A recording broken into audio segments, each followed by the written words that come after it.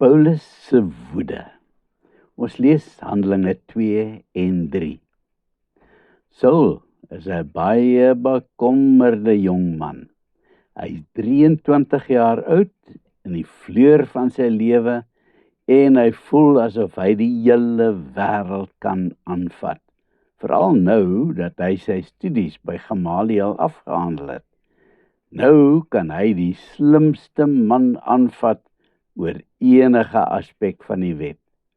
Hy ken die Torah uit sy kop, asook elke ander ongeskrewe wet en tradisie, en niemand sal hom ooit vasvra nie. Met groot kommer het hy gesien hoe dat daardie sogenaamde profeet, Jesus, opgang maak en duisende mense trek wat hom daagliks volg. Maar tot groot verligting van Paulus het daaraan ook 'n einde gekom toe hy die dag tereggestel is. Hy was vas oortuig dat dit die einde van die nagmerrie was. Maar skaars 3 dae later tref 'n skokgolf die kring van die Fariseërs. 'n Onverklaarbare ding het die Sondagoggend gebeur na Jesus se teregstelling. Die wagte wat die graf bewaak het beweer dat 2 engele vroeg daardie oggend gekom het en die graf oopgemaak het.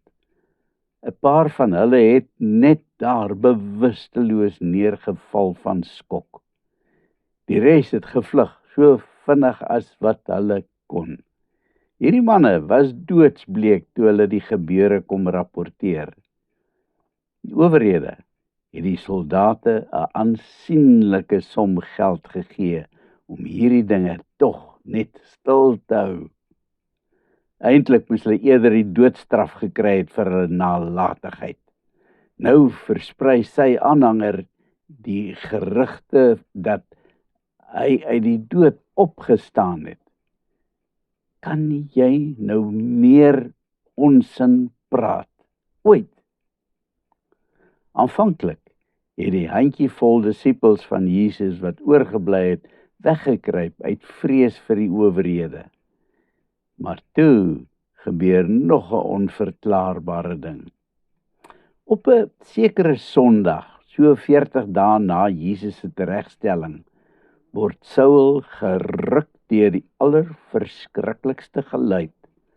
Hy was nog diep in bepeinsing besig met sy oggendgebed toe die geluid Jerusalem tref. Dit het geklink soos 'n geweldige stormwind, maar toe hy gaan kyk, moet hy tot sy ontsteltenis sien dat daar nie eers 'n ou luggie trek nie. Oral het hy mense sien hardloop in 'n sekere rigting. Saul het ook maar agter die geluid aangeloop tot waar hy die reuse skare mense om 'n huis sien saamdrom het. Hy was nuuskierig om te sien wat daar aangaan. Wat hy daar gesien het sy nekhare laat regop staan. 'n Sekere Simon met die bynaam Petrus het uit die huis gekom en met die skare wat teen hierdie tyd al maklik 5000 kon tel, begin praat. Hy het vir die mense die allerverskriklikste leuns vertel, dat Jesus uit die dood opgestaan het. Hy het boonop beweer dat hierdie geluid die werk van die Heilige Gees is en dat God hom op die mense uitgestort het. Die ergste van alles is dat Simon hulle vertel dat alles voorspel was deur die profete. Woedend het Saul omgedraai. Hy het genoeg gehoor van hierdie snert. 'n Paar dae later is hy en 'n klompie van sy mede-fariseërs saam in gesprek. Die manne was ewig ontsteld, want dit blyk toe dat met daai charismatiese toespraak van Simon het hy nie minder nie as 3000 volgelinge gewerf vir hierdie nuwe sekte van hom. Die manne is dit eens dat hierdie ding sommer dadelik in die kiem gesmoor moet word. Anders kan hier groot probleme kom. Toe maar die hoëpriester beplan om hom voor die hof te daag, deel een van die manne hulle mee. Hulle was nog besig om oor Simon en sy toespraak te gesels, toe 'n kerel uit asem ingehardloop kom. Julle sal my nou nie glo nie, maar ek het sopas die mees ongelooflike ding aanskou.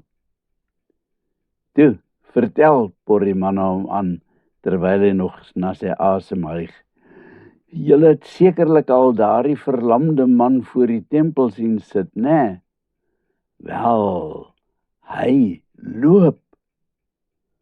Ag, dis tog onmoontlik. Hy sit elke dag al daar vandat ek my verstand het. Hoe dit gebeur? Met groot smaak vertel die man dat daardie Simon kerel, die een wat hulle Petrus noem, bloot die verlamde aan sy hand gegryp het en toe spring die man op, blakend gesond.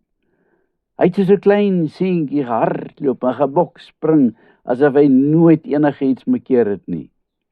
Ek het dit met my eie 2 oë gesien. En nou staan Simon in die pilaargang van Salomo en hy preek vir 'n reuse skare mense. En almal hang aan sy lippe, want almal het gesien wat gebeur het. Sluit hy sy storie af. Hierdie ding moet nou dadelik stop. Die manne is ewig ontsteld en Saul kry eintlik 'n pyn op sy maag van bekommernis.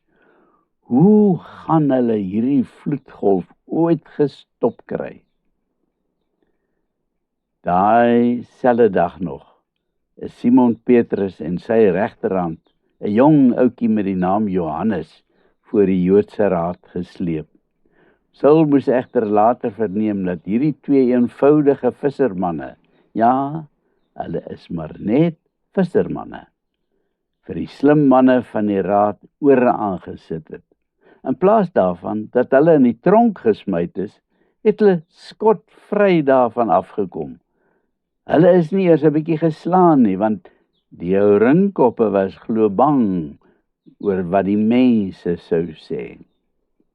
Saul is woedend. Hy's woedend vir Simon, hy's woedend vir Johannes, vir hierdie nuwe sekte en sommer vir die hele Joodse raad ook. Soos Saul is daar baie gelowiges wat vandag met 'n opgekropte woede in hulle rondloop. Vir mense, vir die kerk, vir die dominee en selfs vir God. Is jy dalk een van hulle? Maak dan asseblief vrede voordat dit te laat is. Kom ons bid. Here, dankie. Dankie dat ek uit Paulus se lewe kan leer.